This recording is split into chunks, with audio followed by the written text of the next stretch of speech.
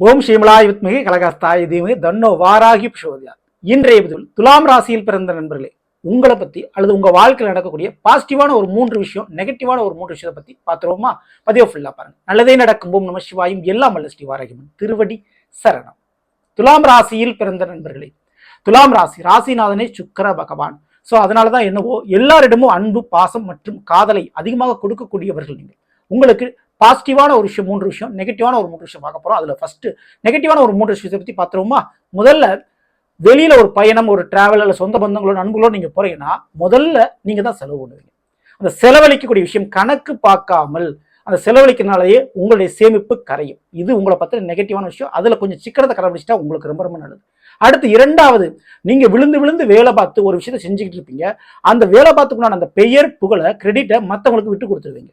So உங்களுக்கு கிடைக்க வேண்டிய பதவி, உங்களுக்கு கிடைக்க வேண்டிய பெயர் புகழை உங்க கூட இருக்கக்கூடியவங்களுக்கு விட்டு கொடுத்து உட்காந்துருப்பீங்க. உங்களுடைய முதலாளிகள், உங்களுடைய அதிகாரிகள் செய்ய வேண்டிய வேலையை கூட நீங்க செய்வீங்க. சம்பளத்துக்கு அதிகமா நீங்க வேலை பார்த்துட்டு அவங்களுக்கு அந்த கிரெடிட்டை விட்டு கொடுத்துருவீங்க. இது நெகட்டிவான விஷயம். ஸோ இதை மாத்தினா உங்களுக்கு கிடைக்க வேண்டிய பதவியும் சம்பளம் வரும், உங்களுக்கு கிடைக்கும், உங்களுக்கு கிடைக்க வேண்டிய பெயர் புகழ் உங்களுக்கு கிடைக்கும்.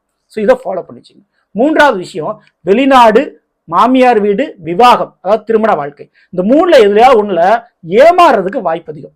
ஸோ கொஞ்சம் அந்த 3 விஷயத்தையும், கல்யாணம் முடிக்கிறதுக்கு முன்னாடி, வீடு கட்டுறதுக்கு முன்னாடி, வெளிநாட்டுக்கு போறதுக்கு முன்னாடி ரொம்ப யோசிச்சு பார்த்துக்கோங்க.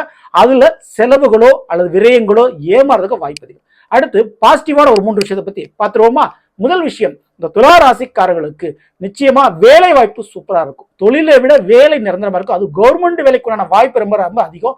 உங்களுக்கு மற்றவங்களுக்கு வழிகாட்டுறதுக்கு, மற்றவங்களுக்கு வேலையை சொல்லித்தரதுக்கு, வழி நடத்துறதுக்குண்டான யோக வாய்ப்பு கிடைக்கும். உங்களுக்கு கீழே 4 பேர் 2 பேர் வேலை பார்க்கறதுக்கு அமைப்பு உண்டு. அரசாங்கத்துக்கும் உங்க வேலைக்கும் அல்லது தொழிலுக்கும் சம்பந்தம் ஏற்படும். ஏதேனும் ஒரு வகையில ஜஸ்ட் ஒரு லோனாவது உங்களுக்கு கிடைக்கும். அரசாங்கம் சம்பந்தப்பட்ட கடனுதவியாவது உங்களுக்கு கிடைக்கும். அல்லது தந்தை வழி சொத்துக்கள் உங்களுக்கு கிடைக்கிறதுக்கு வாய்ப்பு உண்டு. சரிங்களா? இரண்டாவது விஷயம், நிச்சயமா காதல் சம்பந்தமான விவகாரம், கல்வி சம்பந்தமான விவகாரம் உங்களுக்கு அதிகமாகவே இருக்கும். படிப்பு விஷயம், கல்யாணத்துக்கு பிறகும் படிக்கக்கூடிய வாய்ப்பு, அந்த டெக்னாலஜி கண்டிப்பா உங்களுக்கு இருக்கு. திறமை இருக்கு. ஏதோ ஒரு கலைத்துறை சார்ந்த டேலண்ட், திறமை உங்களுக்கு இருக்கும். ஸோ கல்வி, கலை, இதை தாண்டி காதலுக்கும் யோகமானவர்கள் நீங்க. ரொம்ப அதிகமான முறையில் காதல் வயப்படக்கூடியவர்கள், காதலை வெளிப்படுத்தக்கூடியவர்கள் நீங்க. சரிங்களா? அதனாலேயும் உங்களுக்கு உறவுகள் கண்டிப்பான முறையில் நல்ல விதத்தில் உங்களுக்கு அமையும். இதுக்கு அடுத்து பிள்ளைகள் மூலமாக நன்மை நடக்கும். மூன்றாவது விஷயம், கண்டிப்பா பிள்ளைகள் மூலமாக ஒரு நன்மை நடக்கக்கூடிய ஒரு ராசினா அது துலா ராசிக்காரங்களா. உங்க பிள்ளைகள் வந்ததுக்கு முன்னதான் பேரதிர்ஷ்டம் உங்களுக்கு வாழ்க்கையில காத்து கொண்டிருக்கும். வீடு முதல் எயிர்ப்புகள் வரை உங்களுக்கு கிடைக்கும் பிள்ளைகள் வந்ததுக்கு முன்பு. சரிங்களா?